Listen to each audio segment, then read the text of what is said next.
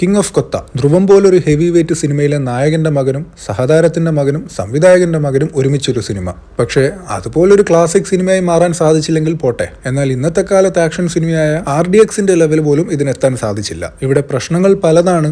അതിൽ ആദ്യത്തേത് ബാംഗ്ലൂർ ഡേയ്സിലെ അജുവിനെയും OK കൺമണിയിലെ ആദ്യയും ഒക്കെ എഫേർട്ട്ലെസ്ലി അവതരിപ്പിച്ച ദുൽഖർ സൽമാന് ഒരു നൊട്ടോറിയസ് ഗ്യാങ്സ്റ്ററായി വന്നപ്പോൾ കണ്ടിരിക്കുന്ന നമുക്ക് അതൊട്ടും കൺവിൻസിംഗ് ആയിരുന്നില്ല. നിങ്ങളിൽ എത്ര പേർ ഇതേ ദുൽഖർ സൽമാന്റെ സോളോ എന്ന സിനിമയിലെ വേൾഡ് ഓഫ് ശിവ എന്നൊരു സെഗ്മെന്റ് ഓർത്തിരിക്കുന്നുണ്ടെന്ന് എനിക്കറിയില്ല.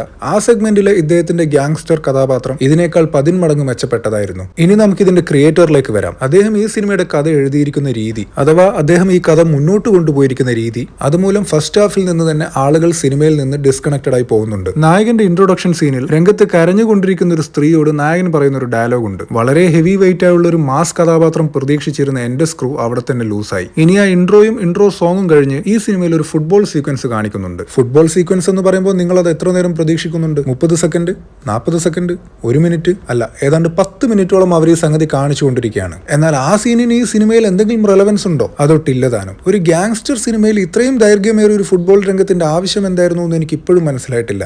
ഇതുപോലെ ഒട്ടും എൻഗേജിംഗ് അല്ലാത്ത പല രംഗങ്ങളും കൂട്ടിച്ചേർത്ത് വെച്ചതായിരുന്നു ഫസ്റ്റ് ഹാഫ്. ഇനി സെക്കൻഡ് ഹാഫിലെത്തിയാലും കാര്യങ്ങളിൽ വലിയ മാറ്റമൊന്നുമില്ല. പക്ഷെ ഫസ്റ്റ് ഹാഫിനേക്കാൾ ഭേദമായിരുന്നു. അതിനൊരു പ്രധാന കാരണം എന്ന് പറയുന്നത് സെക്കൻഡ് ഹാഫിലെ നായകന്റെ ലുക്ക് കാണുമ്പോഴാണ് ഇദ്ദേഹം ഒരു ഗ്യാങ്സ്റ്റർ ആണ് എന്ന തോന്നൽ നമുക്കുണ്ടാവുന്നത്. പക്ഷെ അപ്പോഴും വളരെ പെട്ടെന്ന് ചെയ്തു പോകേണ്ട പല കാര്യങ്ങളും വലിച്ചു നീട്ടിയാണ് അവർ ക്ലൈമാക്സ് വരെ എത്തിക്കുന്നത്. ക്ലൈമാക്സിൽ ഒരു വമ്പൻ ഫൈറ്റും ബാക്ക്ഗ്രൗണ്ടിൽ ജേക്സ് ബിജോയുടെ കിടിലൻ BGM ഒക്കെയായി ഒരു പോസിറ്റീവ് നോട്ടിൽ കാര്യങ്ങൾ അവസാനിക്കും. ഇനിയും ഈ സിനിമയെ വെറുക്കേണ്ടി വരില്ല എന്ന് വിചാരിച്ചെടുത്ത് അവർ ക്ലൈമാക്സിൽ വില്ലനെ കൊല്ലാൻ പോകുന്നതിന് തൊട്ടു മുൻപ് ഒരാളെ കൊണ്ടുവരികയാണ്. അത് കണ്ടപ്പോൾ എന്റെ മനസ്സിലേക്ക് വന്നത് ഒരു തരത്തിലും നിങ്ങൾ ഈ സിനിമ ഇഷ്ടപ്പെടാൻ സമ്മതിക്കില്ല അല്ലേ എന്നാണ്. എനിവേസ്, ഈ സിനിമ മൊത്തം അരിച്ചു പെറുക്കി അതിൽ നല്ല സീൻ ഏതെങ്കിലും ഉണ്ടായിരുന്നോ എന്ന് ചോദിച്ചാൽ നായകൻ കൊത്തയിലേക്ക് തിരിച്ചു വരുന്ന ആ ഒരു രംഗവും ഈ ഒരു ബാർ സീനും മികച്ചതായിരുന്നു. ഈ സീനിൽ നിനക്കിപ്പോ അവിടെ എന്താ ജോലി എന്ന് വില്ലൻ നായകനോട് ചോദിക്കുമ്പോൾ ജനസംഖ്യ നിയന്ത്രണ ബോർഡിന്റെ അധ്യക്ഷനാണെന്നൊരു മറുപടി നായകൻ കൊടുക്കുന്നുണ്ട്. അത് കേട്ടപ്പോൾ ജെനുവിനായി എന്നോടൊന്ന് ചിരിച്ചുപോയി. നായകന്റെ ഗുണ്ടാ പശ്ചാത്തലവും ഗവൺമെന്റ് സർവീസിൽ ഒരു അധ്യക്ഷ സ്ഥാനവും എന്നാൽ അതിന്റെ ഡബിൾ മീനിങ്ങും ഒക്കെ ആലോചിച്ചപ്പോൾ സത്യം പറഞ്ഞാൽ ചിരിച്ചുപോയി.